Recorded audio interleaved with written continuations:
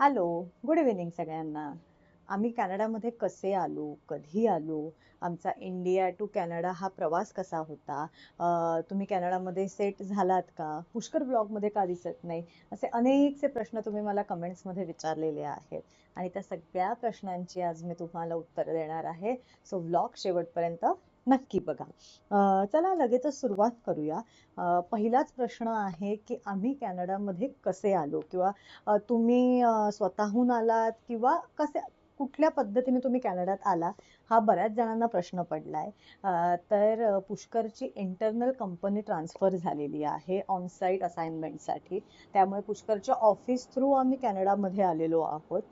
जसं इंडियामध्ये असताना आपण म्हणतो की बदली होते एका शहरातून दुसऱ्या शहरात किंवा एका ठिकाणाहून दुसऱ्या ठिकाणी, तसं आमच्या एका कंट्रीमधनं दुसऱ्या कंट्रीमध्ये बदली झाली आहे, असं आपण म्हणू शकतो. आता आम्ही कधी आलो तर आम्ही 1 डिसेंबर 2025 ला कॅनडामध्ये आलो. म्हणजे आता येऊन आम्हाला 4 महिने झाले तिथे. इंडिया ते कॅनडा तुमचा जो प्रवास होता, ट्रॅव्हलिंग होतं, ते कसं झालं? तर खरं बघायला गेलं तर आमच्या तिघांसाठी इंटरनॅशनल ट्रॅव्हलिंग हे फर्स्ट टाइम होतं. राहूचा तर विमान प्रवास पहिला होता. त्याच्यामुळे त्याची खूप एक्साइटमेंट होती. आणि तसं बघायला गेलं तर एकंदरीत प्रवास आमचा खूप छान झाला. मी इंडियन टायमिंगनुसार तुम्हाला वेळा सांगते की 30 नोव्हेंबरची जी रात्र होती, आपल्या इथे साधारण सॉरी पहाट म्हणू शकतो आपण. तर तेव्हा एकतर आमची 2 फ्लाईट्स होती, एक मुंबई टू दिल्ली आणि दिल्ली टू व्हॅन्कुव्हर डिरेक्ट फ्लाईट होतं आमचं. त्याच्यामुळे पहाटेचं होतं, त्यामुळे आम्ही जे रात्री 10 वाजता घरातनं निघालो होतो ते आम्ही दिल्लीमध्ये लँड झालो पहाटे, आणि मग नंतर आमची व्हॅन्कुव्हरची फ्लाईट होती. त्याच्यामुळे एक तर आमची दिल्लीची फ्लाईट सुद्धा लेट झाली होती, त्यामुळे आमचा बराचसा वेळ मुंबई एअरपोर्टवरती गेला. पण छान. तिथे सुद्धा राहूला जसं मी म्हटलं की राहूचा पहिला विमान प्रवास होता. राहू एअरपोर्ट सुद्धा राहूने फर्स्ट टाइम बघितलं होतं. त्याच्यामुळे त्या सगळे विमानं बघण्यात किंवा आमचं लगेज प्रोसेसिंग जे होतं त्यात आमचा बराचसा वेळ निघून गेला. दिल्लीला उतरल्यानंतर सुद्धा आमचं इमिग्रेशन आणि ह्या सगळ्या प्रोसेसमध्ये वेळ कसा गेला आम्हाला कळलं नाही.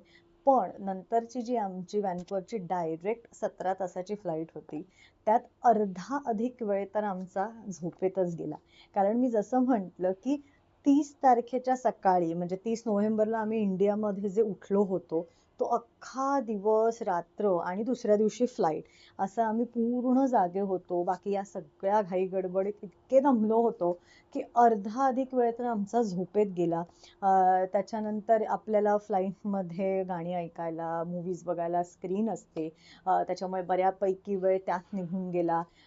एक छान होतं की त्या स्क्रीनवरती पूर्ण मॅप आम्हाला दिसत होता की आपण काय पास करत जातोय, पूर्ण पॅसिफिक ओशनवरनं आपण इथे येतो.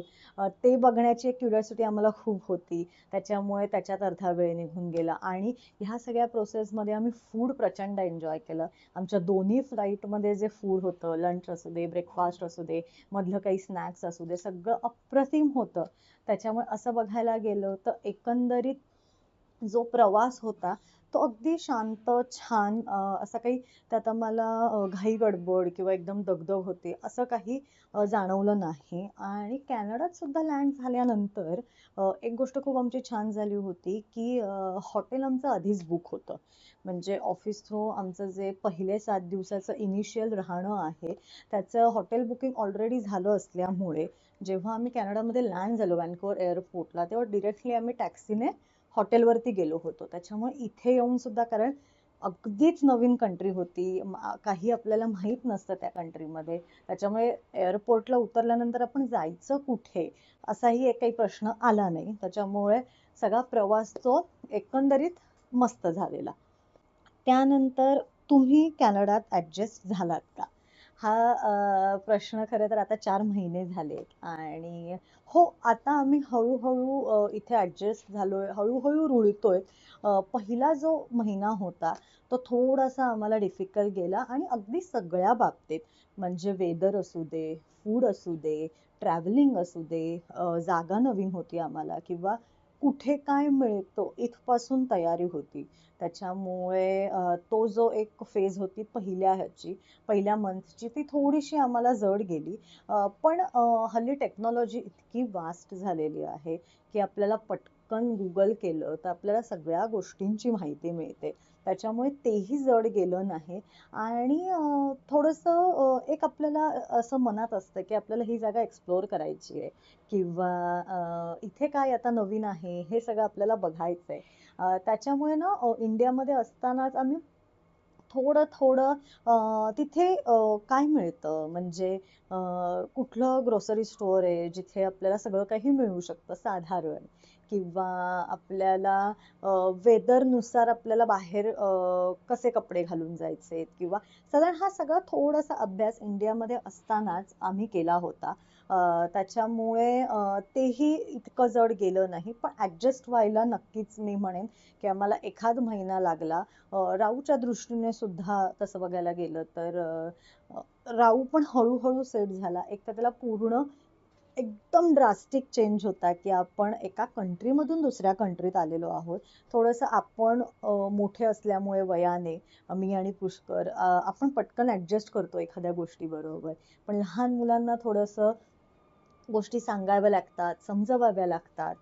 त्याच्यामुळे राऊने पण पण आम्हाला एक गोष्ट ती खूप चांगली आहे. राऊ सुद्धा कधी असा घाबरत नाही कुठल्या गोष्टीला.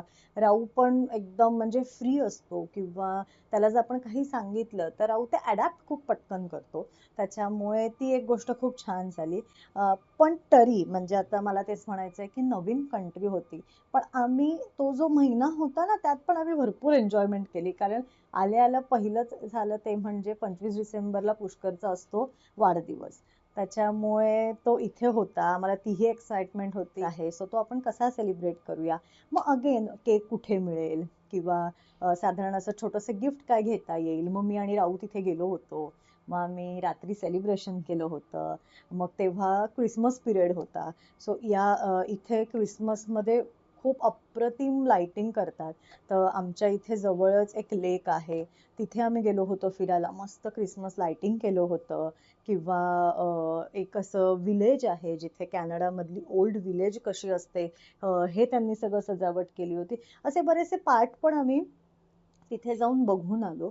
पण थोडंसं सगळ्यात जास्त जड गेलं असेल तर ते वेदर. कारण प्रचंड थंडी होती. आम्ही जेव्हा आलो तेव्हा प्रचंड थंडी होती. डिसेंबर त्यांचा विंटर पिरियडच होता इथे. त्याच्यामुळे थंडीशी थोडंसं म्हणजे अगदी आपण बाहेर गेलो ना तर पहिले 1-2 दिवस तर लिटरली श्वास घ्यायला पण आम्हाला व्हायचा. म्हणजे कारण कुठेही रस्त्यात थांबलो की गार हवा, थंडी. आणि इंडियामध्ये इतकी सवय नव्हती इतक्या थंडीची, की उन्हाची आपल्याला सवय आहे पण इतक्या कोल्ड क्लायमेटची की 2 डिग्री 3 डिग्री सतत. त्याच्यामुळे ती एकच गोष्ट आहे की जी थोडीशी ऍडजस्ट व्हायला आम्हाला वेळ लागली. फूडच्या बाबतीत म्हणाल तर तसं आमच्या इथे फूडच्या बाबतीत सगळेच आम्ही एकदम ऍडजस्ट होतो. जेव्हा आम्ही हॉटेलमध्ये होतो तेव्हा आमचा तसा काही प्रश्न आला नाही. पण हॉटेलमध्ये आम्हाला ब्रेकफास्ट होता, किंवा अगदी आम्ही बाहेर आलो की अगदी इंडियन रेस्टॉरंट सुद्धा इथे आहेत. त्याच्यामुळे तोही तसा फारसा काही आम्हाला प्रश्न आला नाही. आणि ग्रोसरीच्या बाबतीत सुद्धा जेव्हा नंतर मग आम्ही इथे घरी शिफ्ट झालो घरामध्ये, तेव्हा सुद्धा ग्रोसरी व्यवस्थित आपल्यासारखं तांदूळ, डाळ सगळं सगळं इथे मिळतं. त्याच्यामुळे ते सुद्धा इतकं काही आम्हाला जड गेलं नाही. पण आता 4 महिने झालेत आम्हाला, तर आता आम्ही बऱ्यापैकी सेट झालेलो आहोत की इकडे रूल्स अँड रेग्युलेशन्स काय आहेत, किंवा राऊची शाळा आता व्यवस्थित सुरळीत सुरू झाली आहे. पुष्करचा ऑफिसचा एक्झाम इथे व्यवस्थित बसलेला आहे. मी सुद्धा हळूहळू माझ्या रुटीन मध्ये वळलीये. कारण एकदम सडन वेळांमध्ये खूप फरक होता. की पहिल्या दिवशी जेव्हा आम्ही हॉटेलवरती गेलो तेव्हा जो जेटलॅग होता तो तेव्हा आम्हाला जाणवला नाही.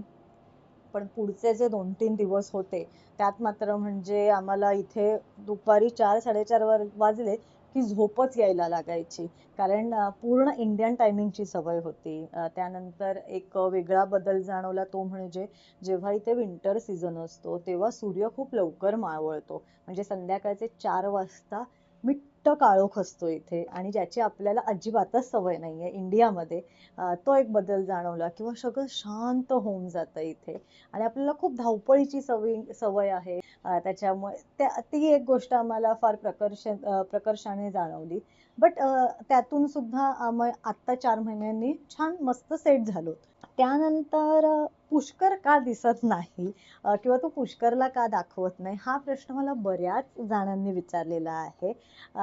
तर एकतर पहिली गोष्ट सांगायची झाली तर पुष्करची आता इथे जनरल शिफ्ट आहे, सकाळी 8 ते संध्याकाळी 5.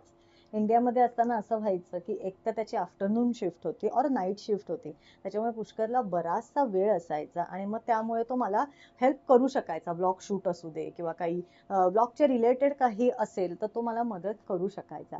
पण आता इथे एक तर त्याची जनरल शिफ्ट आहे त्याच्यामुळे त्याला अजिबात वेळ नसतो आणि सेकंड इम्पॉर्टंट थिंग की त्याचं क्लोज्ड वर्क परमिट आहे त्याच्यामुळे त्याला फक्त त्याचं ऑफिसच तो इथे करू शकतो. आणि मग माझं असं झालं की मग पुष्करचा जेव्हा विजा आला मग मी आणि राहू त्याच्याबरोबर डिपेंडंट विजावर इथे आलेलो आहोत. मला स्पाऊस डिपेंडंट विजा मिळालाय आणि राहूला चाइल्ड मिळालेला आहे डिपेंडंट विजा. आता मला सुद्धा माझे वर्क परमिट मिळालं किंवा मी सुद्धा व्लॉग करू शकते कारण मला ओपन वर्क परमिट मिळालंय, व्लॉगिंग करू शकते किंवा मला जर इथे कुठे काम करायचं असेल तर मी एनी ठिकाणी जाऊन काम करू शकते. तसं पुष्करचं नाहीये. पुष्करला क्लोज्ड वर्क परमिट मिळालेलं आहे आणि त्यामुळे मग आमचा असा निर्णय झाला की तसंही तो बिझी असणार आहे. आता सकाळी एकदा ऑफिसला बसला की संध्याकाळशिवाय तर तो काही उठत नाही आणि मला वेळ आहे. परत मला म्हणजे जसं मी इंडियामध्ये असताना सुद्धा म्हणायचे की व्लॉगिंग एन्जॉय करते मी आणि माझ्याकडे वेळ आहे. आता हळूहळू लाईफ सुद्धा सेट होते सो मी व्लॉगिंग करते. त्याच्यामुळे बरेच वेळेला ह्याच्यात प्रश्न पण मला आले होते की अंकिता कॅमेरा अँगल खूप जवळून वाटतो आम्हाला, कारण असंच होतं. आता पुष्कर अजिबातच नाहीये माझ्या बरोबर त्याच्यामुळे मला जिथे जमेल तिथे मी कॅमेरा ऍडजस्ट करते किंवा मला पटकन जिथे कॅमेरा ठेवून मला शूट करता येईल तिथे मी करते. इंडियात असताना काय व्हायचं, तो कॅमेरा धरून असायचा तर तुम्हाला आजूबाजूचं सुद्धा सगळं दिसायचं. आता एकतर मला स्वतःला सेल्फ करायला लागतं और मी कुठेतरी कॅमेरा लावते आणि शूट करते.